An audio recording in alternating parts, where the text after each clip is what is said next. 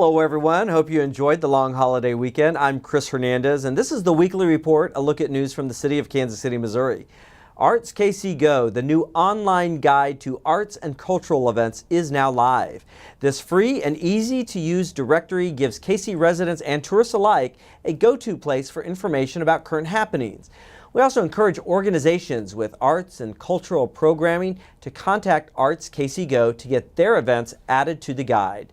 This guide is supported by NTDF funding from the city's Office of Culture and Creative Services. Learn more at artskcmo.gov. Another sure sign of summer is the annual Mayor's Nights programs, which continue through early August. Kids can still register for Club KC, where youth age 11 to 18 enjoy music, dancing, basketball, swim parties, and more. To get information or to view the schedule of events, please visit kcmo.org/mayorsnights. And remember, Kansas City's summer curfew is in effect until September 24th. For minors 15 and younger, the curfew is set at 10 p.m. For minors aged 16 and 17, the curfew is 11 p.m. in most parts of the city. The city's entertainment districts have a special curfew during summer months that requires anyone under age 18 to be accompanied by a parent or guardian after 9 p.m. These 5 districts are the Plaza, Westport, Downtown's Central Business District, 18th and Vine, and Zona Rosa. The next Summer Olympics don't take place until 2020, but the city of Kansas City and its employees have been raking in medals at the annual Corporate Challenge competition. More than 700 kcmo employees have represented the city in this year's competition, so take a look at our sports success along with news from several other city departments.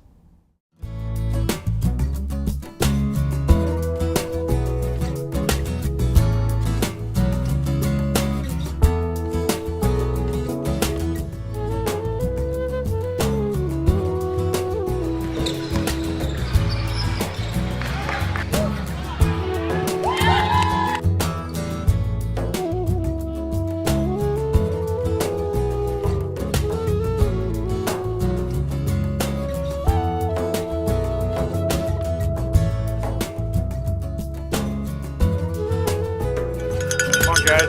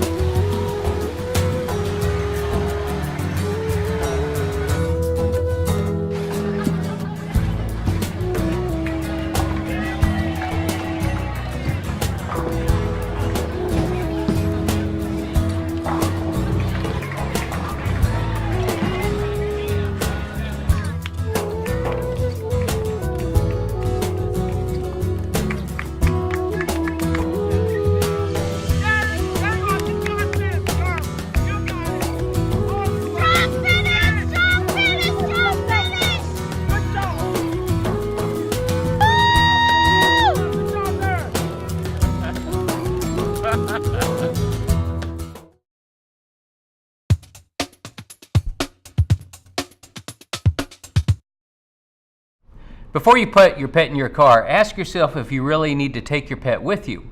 And if the answer is no, leave your pet safely at home. The Kansas City, Missouri Police Department K-9 unit carries their dog in patrol cars everywhere they go. And besides the tinted windows, they've got ways to keep them cool. But most people don't have tinted windows and often leave their dogs in vehicles while they shop or run errands. Doing so, even for a few minutes in hot weather, can make your pet seriously ill or worse. KCPD wants to remind you never to keep your pet in the car during hot weather. Officer David Ferber explains how he keeps Roscoe ready for action. A lot of people don't know that we have a system in our car. We call it the hot dog system, and that measures the temperature inside of our car. And if it happens to get above, let's say 90 degrees, if I set my car at 90 degrees, the lights and sirens immediately kick on my car, and the windows roll down to let us know that it's too hot for our dogs to be inside of the vehicle. Temperatures can reach more than 100 degrees in a car in the heat of the day within 30 minutes, and that's no place for a dog. Cracking the window makes no difference. Keeping your dog in the shade with water is the best way to keep them cool, or you can fill up a kiddie pool with water and let them play. If you come across an unattended pet, here's how to tell the animal is in distress. You can normally tell, just the dog is really very lethargic, disorientated, breathing is very slow, ears are slicked back, tail is between the leg, and that is just a real sign that something is stressing your dog. A new law allows KCPD to forcibly enter your vehicle if they determine an animal is in danger, and it has happened. We actually had an incident where we had some Royals fans decide that it was a good idea to leave a 6-week-old puppy inside of a vehicle with the windows just slightly cracked, and I believe the temperature was over 90 degrees that day, and we realized that the puppy was in distress, and it was an emergency situation where we actually had to bust the window and remove the puppy from the vehicle. Officer Ferber also advises that you not carry pets in your lap or allow them to ride in the front seat when you are driving. Unrestrained pets can be distracting, and they can be seriously injured or killed. We have a kennel that's in the back, and it has an opening, a cage, a sliding cage that locks, and we never allow our dogs to ride in the front seat with us because that would cause us a distraction. That would cause us to be concerned more about our dog than what's out on the road, which we need to be. That's our number one priority, is the public safety and traffic that's around us. So the only way to eliminate that is to keep your dogs in the back seat of your vehicle. Just as you should always wear your seatbelt to protect you in case of an accident, your pet should always be properly restrained while in your car. I'm Officer Rick Cartwright. Have a safe week.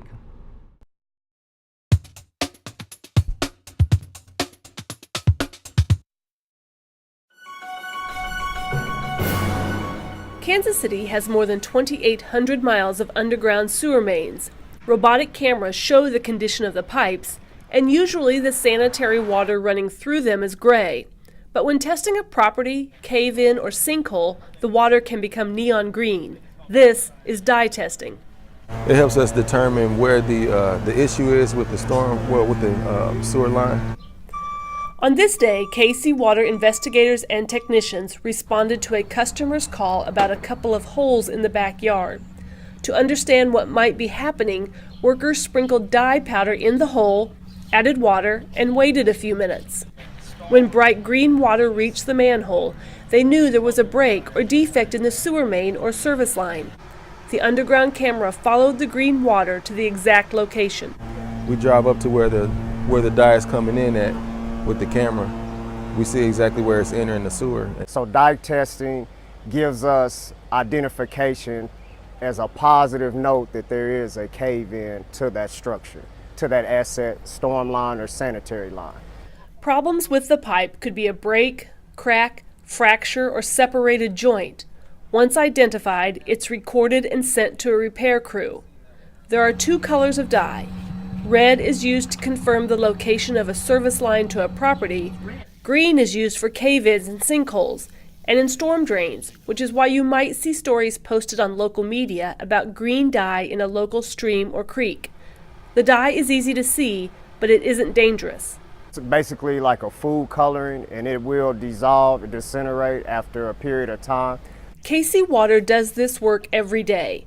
Finding the problems and making repairs helps prevent sewer backups from happening to Kansas City homes. For KC Water, I'm Brooke Givens. The Land Bank of Kansas City has been working with a number of vendors in the real estate business so that they can provide services to our buyers that would make these more like regular real estate transactions. One of the questions we've received many times over the years is, if I want to buy a land bank property, can I get bank financing? We have several title companies and 5 or 6 banks that will lend money on land bank properties. We think that will mean that average people can get money to buy land bank houses and rehab them, and that they can get money to build houses on land bank lots. The result then would be that folks that might not otherwise be able to own real estate would be able to own a home in Kansas City. This financing and this title insurance would allow us to do that in a much better way than we could before. If you'd like more information on these programs or anything else the Land Bank does, you can go to our website or give us a call.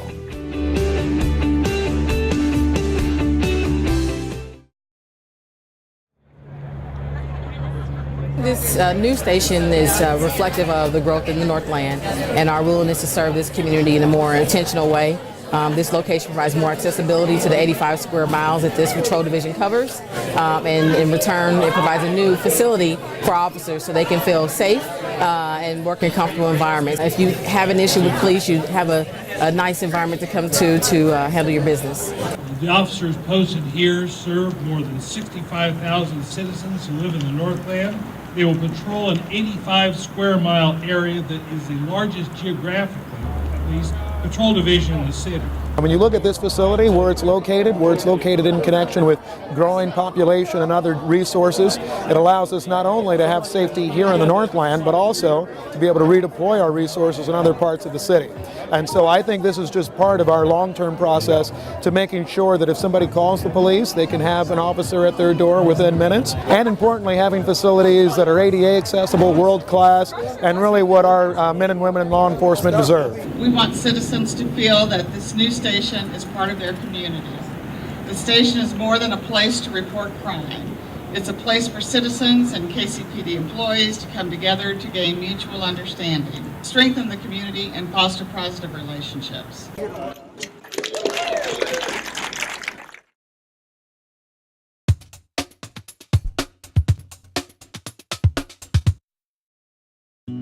Hi, my name is Kathy Gates, and I'm a member of the Westport Garden Club and also of the Kansas City Native Plant Initiative.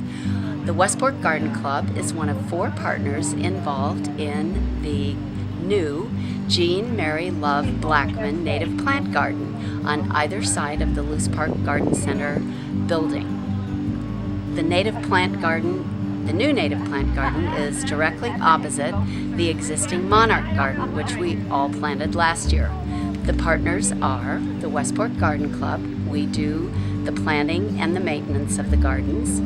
Powell Gardens, they have provided the design for both the monarch garden and these new native plant part shade gardens.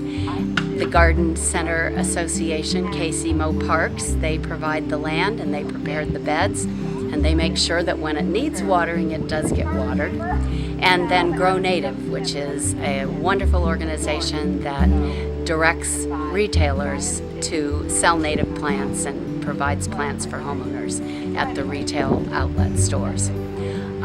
Today we are planting about 650 plants, probably about 30 different types. There are 4 different kinds of sedges being planted, and the reason we have such a diversity of plants and the reason that we are planting native plants at all is because we love butterflies and bees and birds, and these native plants bring those to your garden.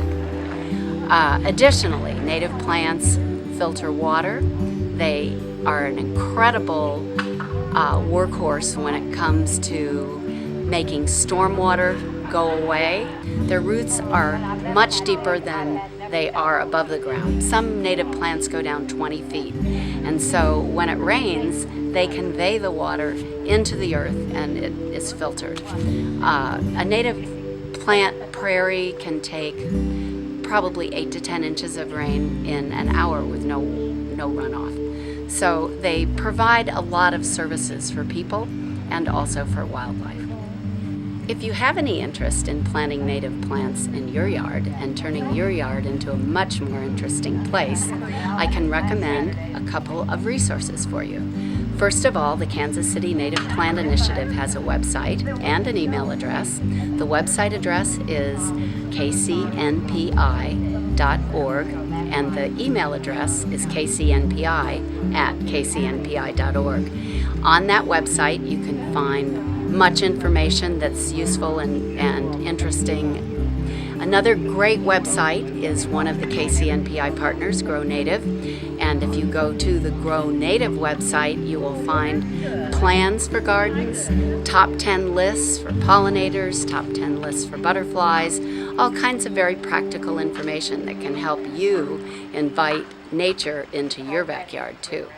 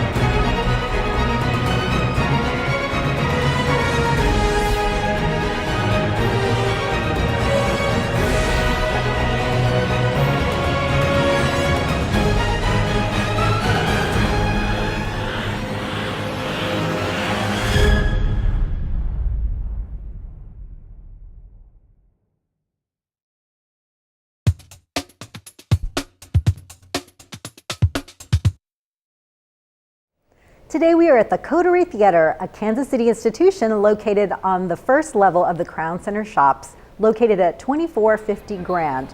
The current production is Garfield, the musical with Catitude, and it is supported by the Neighborhood Tourist Development Fund.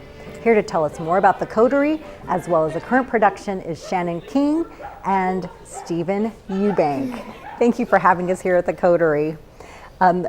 The Coterie has been around since 1979, and your mission is so important to all of the productions that you have here. Can you tell us what the mission is, and also what goes into the selection of the works that are selected every season, and how that ties back to the mission? Absolutely. So here at the Coterie, our mission is to open up lines of communication across races, genders, and generations, and to really redefine children's theater to include families and diverse audiences.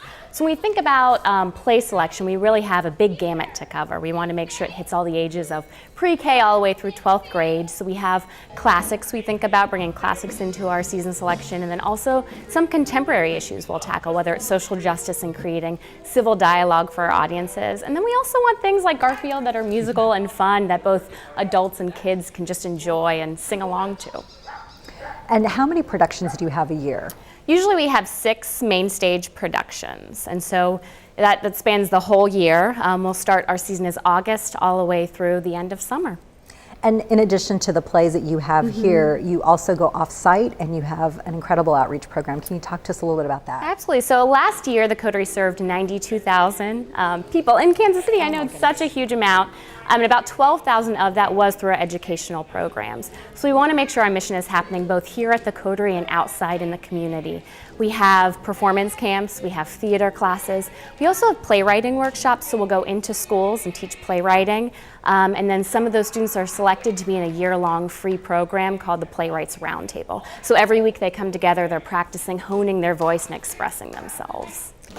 Stephen, can you tell us a little bit about what you're doing, because you're playing the lead in Garfield? Yeah. How has that play been going, and how are the audiences responding to you, and how do you like playing Garfield? Thank you for asking. It's wonderful. It's incredible. I mean, obviously Garfield has big shoes to fill, big slippers to fill, but it's been fantastic. All of Jim Davis's creation and isms and token philosophical things of Garfield are all in this play, because he co-wrote it with this great team from DC, and so it's really fun to get to say all those lines and hear the different acknowledgments. You know, the children really seem to love all the slapstick and all the high energy. The parents seem to really go for the sarcasm. So every single performance is extremely dynamic and very rewarding. And it takes a lot of energy, but fortunately it also kind of pumps us up and gives us a lot of energy.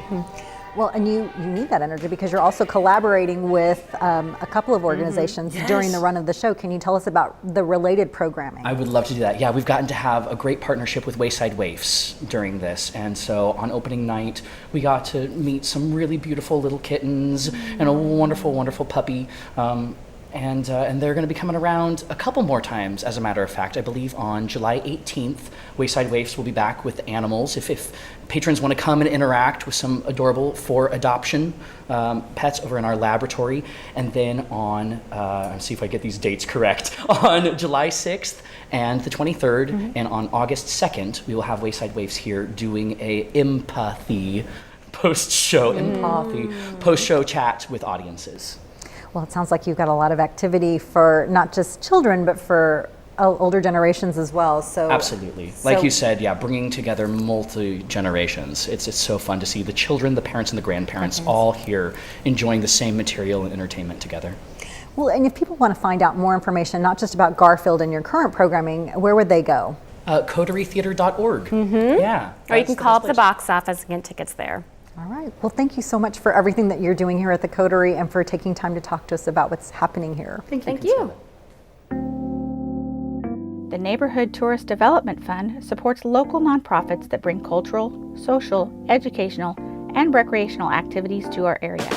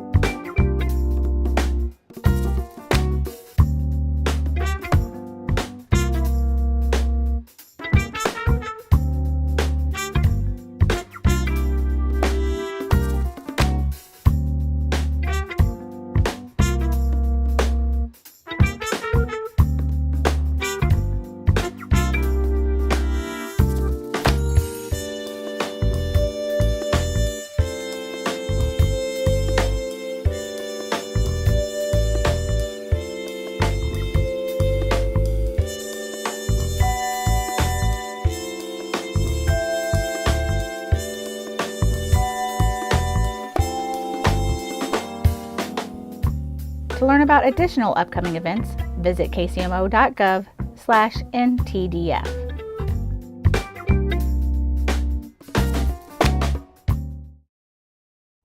The Public Improvements Advisory Committee, also known as PIAC, invites residents to voice their ideas at a series of citywide and district hearings this June and July. PIAC funds typically are used for flood control, storm drainage, street resurfacing, bridge repairs, traffic signals, tree trimming and planting, as well as improvements to parks and trails. Upcoming public district hearings will be held on Tuesday, July 11th from 6 to 8 p.m. at Northland Cathedral, which is located at 101 Northwest 99th Street, as well as Wednesday, July 12th from 6 to 8 p.m. at Liberty Memorial, 100 West 26th Street, Thursday, July 20th from 6:30 to 8:30 p.m. at the Shoal Creek Patrol Station at 6801 Northeast Pleasant Valley Road. Wednesday, July 26th from 6 to 8 p.m. at the Country Club Congregational Church, 205 West 65th Street in the Brookside neighborhood. And Thursday, July 27th from 6:30 to 8:30 p.m. at the East Patrol Police Station, located right there at 27th and Prospect Avenue. Residents can also submit requests online at kcmo.gov/PIAC. You can also request a form by calling 816-513-8828 or emailing piac@kcmo.org. The complete list of summer PIAC hearings is available at kcmo.gov/PIAC. The city's holiday trash and recycling schedule is in effect for the week immediately following Independence Day. This is also a no-tag period for trash collection in the city. That's when residents may set out more than 2 bags of trash without tags, so you can use the holiday weekend to clean up from all that celebrating. That does it for this edition of the Weekly Report. To view this program again or other Channel 2 videos, go to kcmo.gov and search Channel 2. That page has a link to our YouTube channel and all of our great programs which you can view on demand. I'm Chris Hernandez. Make it a great week.